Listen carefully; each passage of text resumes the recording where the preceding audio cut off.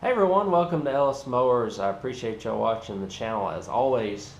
Today we've got something that is rather puzzling. If y'all remember, I had an LX279 John Deere that I had so many issues with fuel delivery, vapor lock. Ended up being a carb that fixed it. Well, we've got its sister mower here. It's an LX280, although this is an air-cooled Kawasaki. And I've got an issue where it's almost like the starter is direct wired to the battery. As soon as I hook up the battery, it is turning the starter on. So far what I have done, I have completely disconnected the ignition module. I have disconnected the ground wire, or the, I guess the ground wire that from the safety switches to make sure that wasn't shorting and just causing it to go. And so the only thing I can think of is I either have a bad solenoid or a bad starter. What I have done already as well is replace the solenoid with a different one, and it's doing the same thing, which makes me think that I have an issue with the starter somehow, or something in the wiring that I don't know about. So what I'm going to do is I'm going to just walk you through what I've done so far to the best of my ability, and then we're just going to do some tests and figure out what in the world is causing this starter to turn on all the time. The starter will turn, but the Bendix will not engage. So this mower had been sitting a while, so it's possible that the Bendix is just locked in the down position, but I'm not completely sure. But we're going to hopefully find out in this video. So if you have any questions about this video or anything you see on the channel, reach out to me, Ellis at ellismowers.com, or at ellismowers09 on Instagram and Facebook, and we'll get under the hood of this John Deere LX280, see if we can figure out what in the world is causing this starter to stay engaged as soon as I hook the battery up.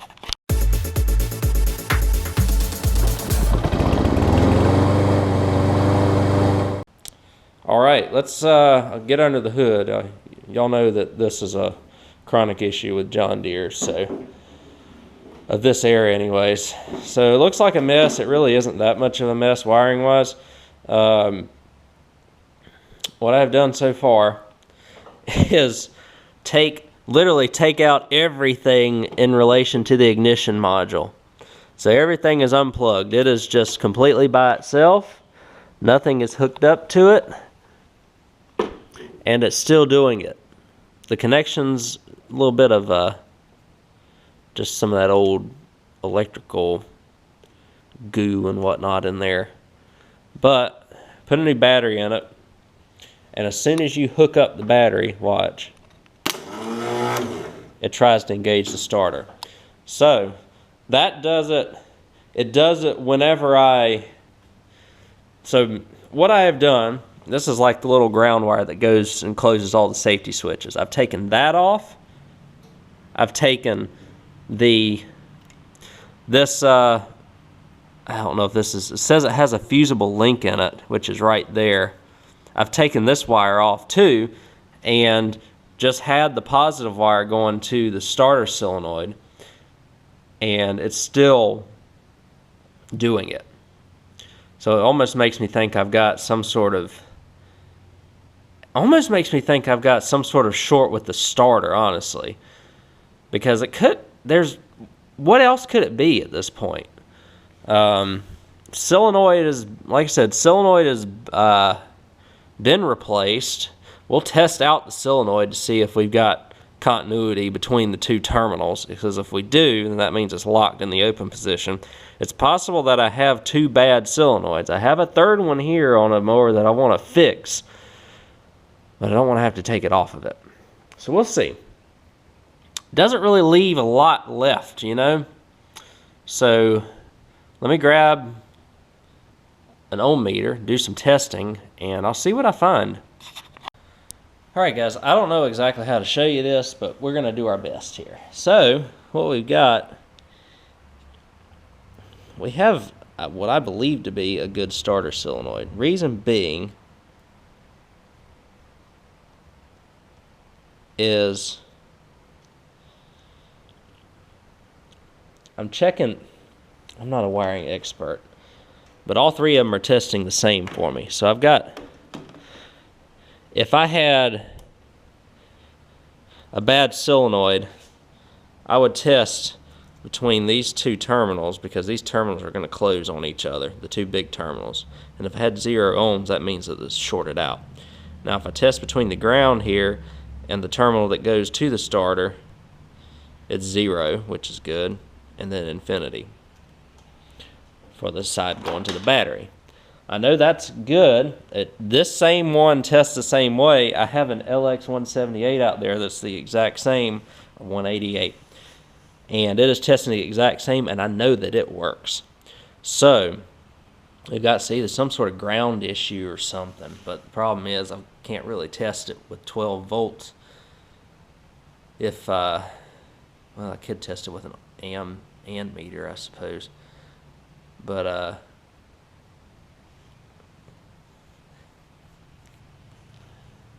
so it makes me think the starter solenoid is functioning correctly.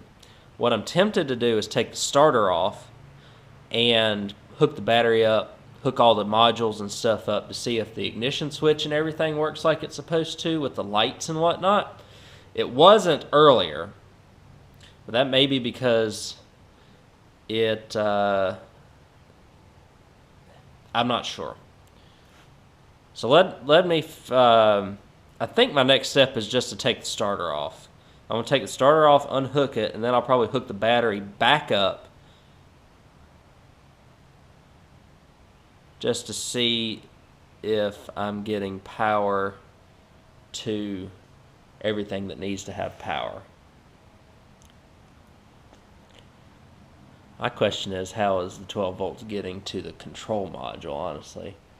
'Cause I don't really see a wire that does that, because I just have a straight wire down to the positive terminal of the battery and nothing else hooked up to it, which makes me, I'm not sure. I need to do some research, but I do know that the starter solenoid tests good. Alright guys, so a little bit of a development. I still don't know the starter situation, but I have ruled out a lot of things just by one simple thing, so to speak. What I have done is taken the starter off, and then what I also did is I took the positive wire, hooked it to this wire that has the fusible link, which I figured was the wire that goes back to the ignition module, and lo and behold, we turn over the ignition module, we've got the hour meter. I don't have any lights or anything, but I have the red and the green light here. And, oh, I know I don't have lights. I don't think I plugged that other plug back in. Let me plug, so I unplugged, let me show you what I did. I unplugged literally everything to try and figure out if there was some sort of wire that was causing a short. And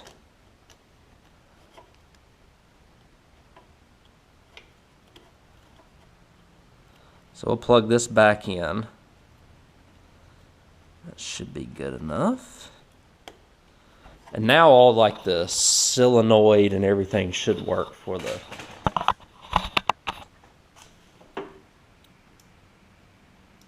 okay. So that's interesting. So as soon as I plugged all that stuff back in, I've got nothing on the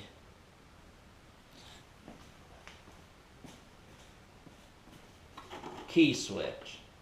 So let me unplug all this again. Let me see if I've got power again. Okay, all right. So that makes me wonder. We've got, I think I'm going to take the engine cover off. I think we got something going on the inside of this. Because why? Oh, no, we got dash lights now. So it may have just, oh my goodness. Oh, no, she just,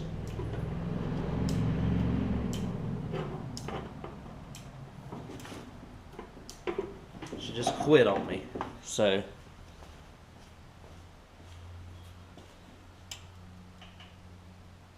that's just, okay, that's just a loose connection then, sorry.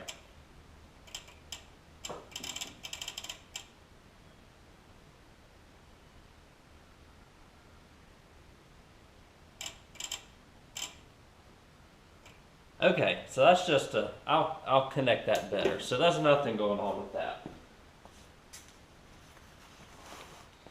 So we know that the ignition module works. And while I'm testing, what I'll do is I'll just tighten this connector up right here that I have done a makeshift. And then I just need to, I guess, figure out how to test the starter solenoid. One, I could potentially put a remote starter solenoid on this somewhere, ground it out, and see if it works. No, I can't because it's tied to the starter Bendix.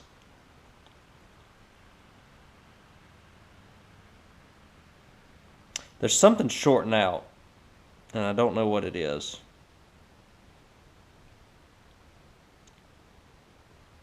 But everything checks out up to the starter, which is weird.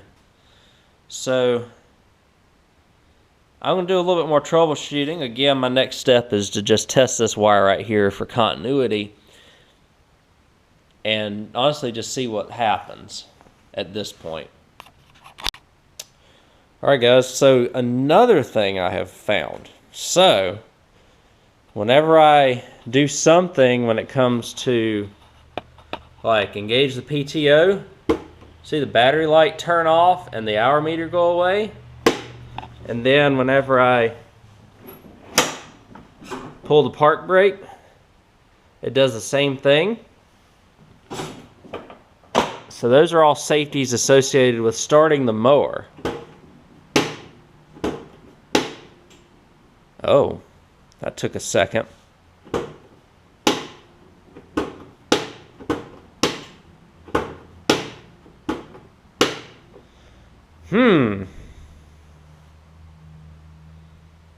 And that could be a fail-safe showing that you can't start the mower without it. I don't hear the PTO trying to come on either, even with the park brake off. So let me sit on the seat and see if it makes any difference. Or at least push the seat safety down. Okay.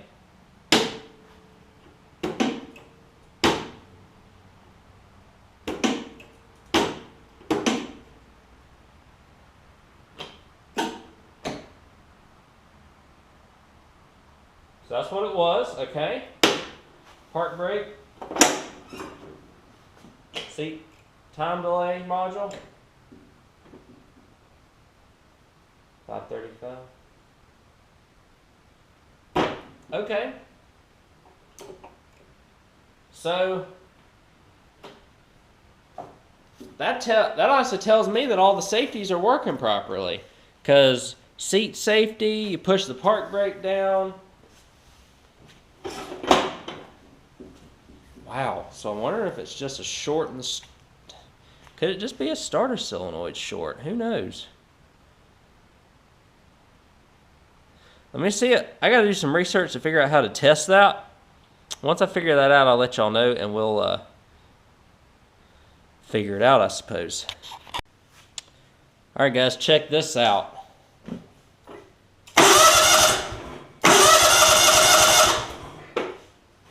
How did I get to it? I don't know. However, I will walk you through everything that I did to hopefully help y'all out. So where I left y'all off last time was I had the wire here that has the fusible link and stuff in it just directly hooked up to the positive terminal of the battery. Now, we verified that everything worked up in the control panel and in the ignition switch. And so what I ended up doing is taking the starter solenoid and spraying a little bit of lubricant in it, because this is a, I guess you call it a I don't know, it's a 2-in-1, because it's almost like a Bendix and stuff in there as well. So it's a starter solenoid and a Bendix. And what happens is the Bendix gets pushed down whenever the starter solenoid energizes. This one right here is particularly hard. So I'm wondering if there was some sort of connection issue inside the solenoid. What I did with the one that I put back on, which was the original one to the mower, was I just sprayed a bunch of sprayed some lubricant right here. And I'll show you. I think I could probably show you on this one in particular.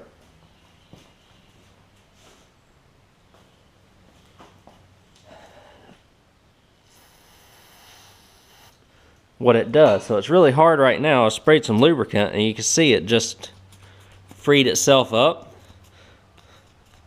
So I'm wondering if there was something to do with that.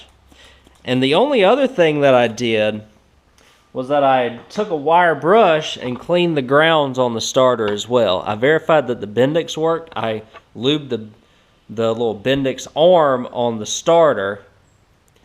And what you have to do, it's hard, I know it's hard to show you illustration-wise without it, but you see this little indent right here. So you need to have that perpendicular to the two mounting posts for the starter. You kind of have to feed the solenoid up into the starter. You'll see that Bendix arm in there, especially if you have the starter off. And you have to slide this little nub above it and then slide it back in to get it onto the Bendix, so that the Bendix rests right here. I hope that makes sense. The only other thing I can think of is that y'all saw a bunch of that goo and whatnot that was on the connectors up here. So, with that, it's one of those things, guys. I can't tell you exactly which one it is. But, anyway, any way you shake it, the lesson learned here is don't just start throwing parts at something. Try and test them out. Do a little bit of wiring test. Take what you think is the issue out of the equation. See if everything else works, and it started to work just fine, which is really good. And then, so it's one of those. Make sure your connections are clean. The lesson's still the same. Make sure your connections are still clean. Make sure all your moving parts are moving like they're supposed to be. And make sure your connections are good and that your wiring isn't bad. And we just tested it out and ended up getting, I don't know if you say getting lucky or just kind of brought it back to life with a little bit of lubricant and a little bit of wire brushing. But all in all, it works again. And happy with that. If y'all want to stick around with me on this video, we're going to clean the carburetor on this, see if we can get it running. All right? So it will start on starter fluid.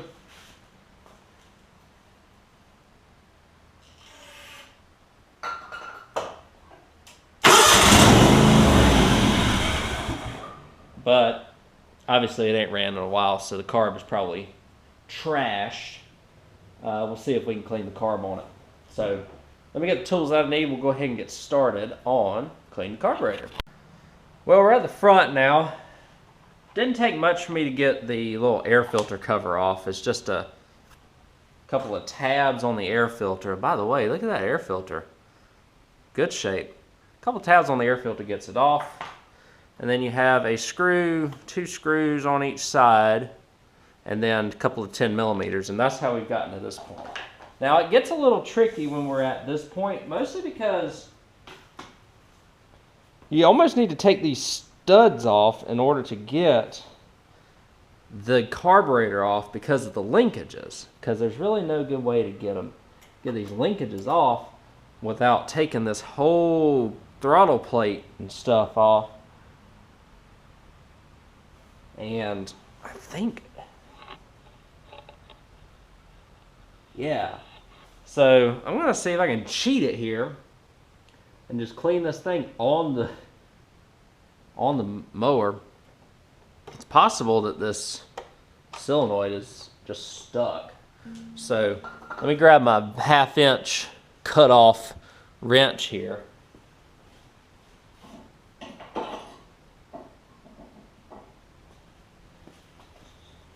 I just did this with a 1/2 inch wrench, and that usually allows me to get into these tight spaces with the carb. We're going to unscrew the bowl. We'll see how bad the gas is, and then we'll see if we can just clean this. Oh, look at that nasty mess. So this right here is, well, obviously we're going to drip gas all everywhere, but ain't nothing new in this garage. So this is obviously not working. I'll show you that it's not. A lot of times when these things aren't working, I just cut them off just to eliminate them as a possibility.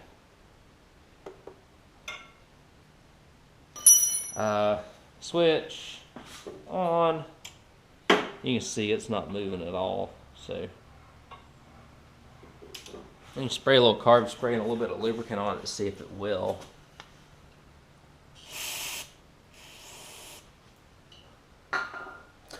Wire brush. Already got one out, I think.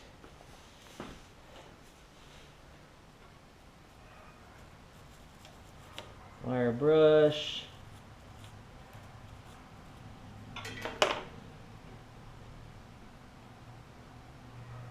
All that gunk just gets in there. You can't really get it out very well.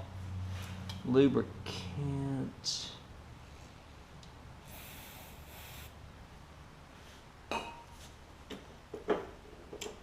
Wouldn't it be something that was literally, yeah, this thing's stuck pretty good.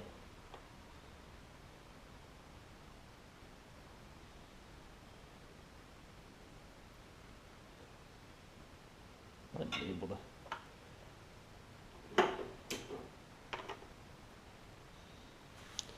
Sometimes I can get some pliers and get that worked out.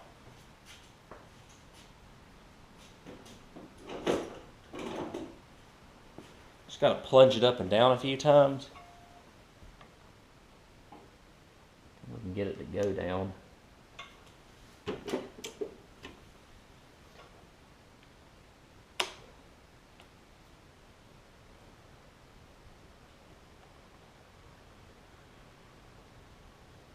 I don't think this one's worth trying to. Well, let's see. We got it doing a little bit here.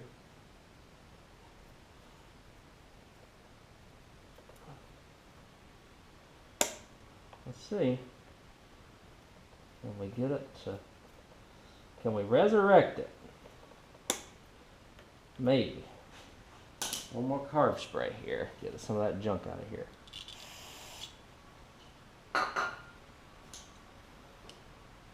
Oh, she retracted on her own. That's good. We're just gonna work it back and forth here.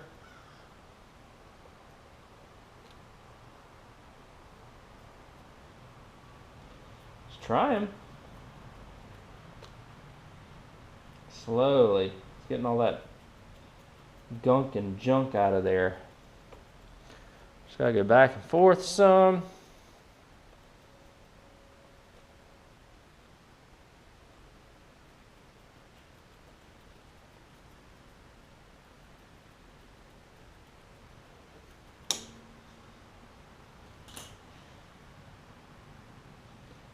A little bit of lubricant, a little bit of wire brush, and we'll keep on cruising here. Should be fairly close.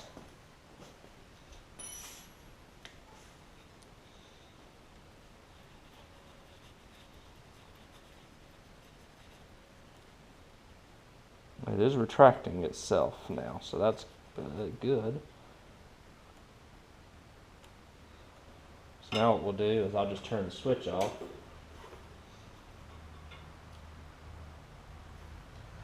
Brush some of this stuff off some more.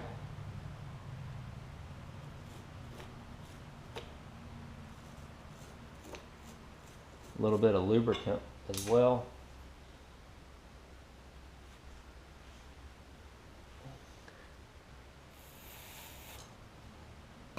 Cool. All right, let's see.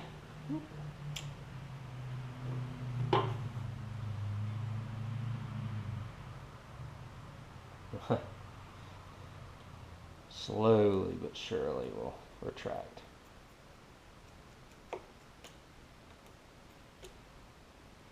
Okay.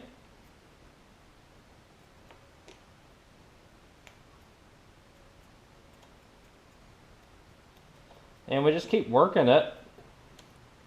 And eventually I think we'll get to the point where we can save this. Or I'll just might cut it off. Either one. Cutting it off doesn't really do anything. I just wanted to see if I could save it quickly. Now let's see, I should be able to get the bowl off fairly easily here. Because I'm sure it's got some junk in it. Oh yeah, she's pretty bad. Ugh. So.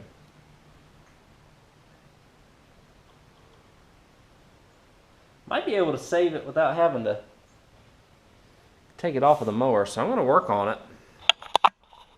Probably just cut that solenoid off that we've been working on and see if we could get the get it cleaned up good enough to where I don't have to take this thing off to get it running again. So I cleaned the bowl out. It's just really just kind of like a almost like a watery varnish. I don't know exactly how to describe it. Ended up just cutting that off just so that we're not fighting with that, which is something simple.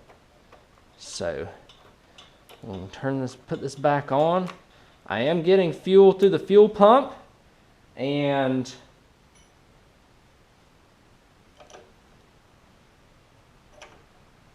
so that's good. And we'll hook this solenoid back up here. Carb. You need to wipe down some of this because it is kind of coated in all kinds of stuff. Carb cleaner, fuel. Gotta love when you scrape your knuckles too.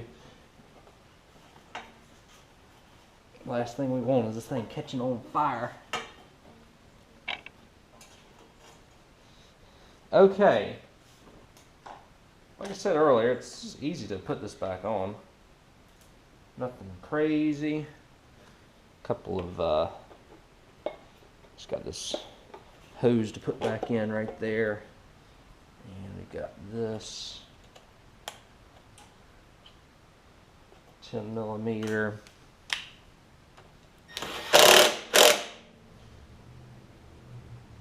Got this 10mm.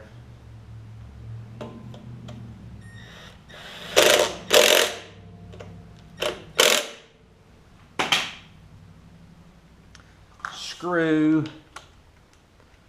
We'll be careful. We'll be careful with it here.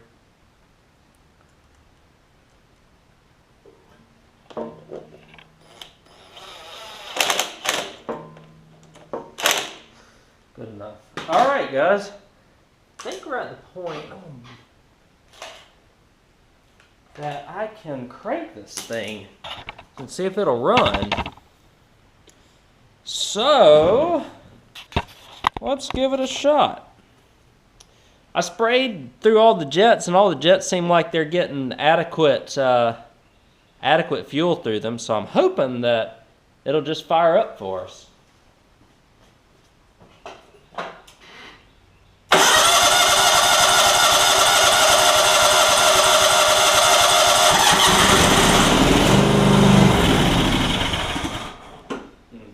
Come on now.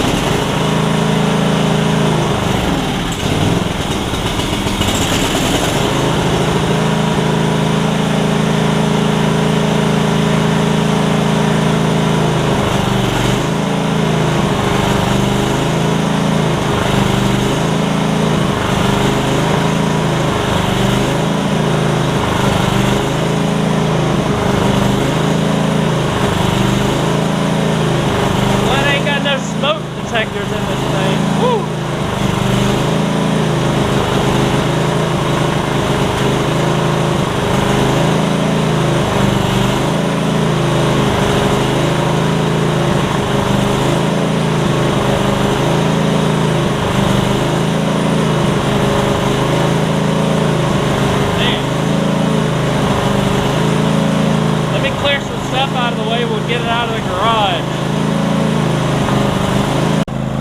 Running better already. I'm gonna check the blades real quick.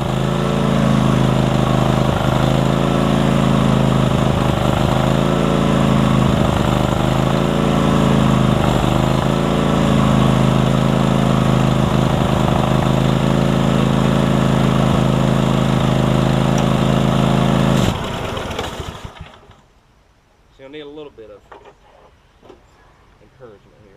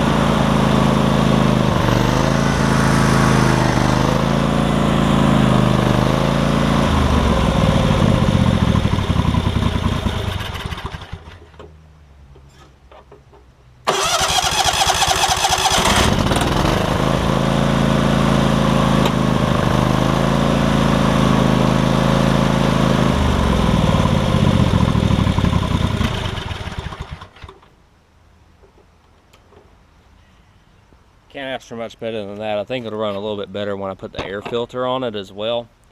So I'll put that on there. I'll put the hood back on, and we'll just I mean, we've already tested it out. I'm gonna put some air in that left front there as well. And yeah, how about that, guys? That helped a lot. All these things just haven't really moved a lot on the deck in a while. That's why it's choking it out pretty good whenever I throw the blades on, but it is basically done. So let me do those small things. I'll see if he wants me to do anything else while I've got it here, and we'll wrap this video up. Alright guys, a little bit of fresh gas, and check this out.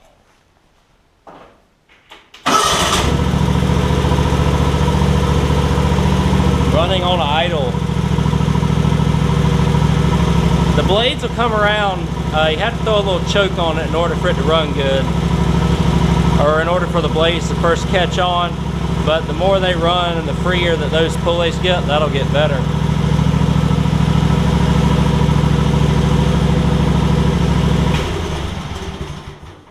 So how about that? We put I aired up the tires for them.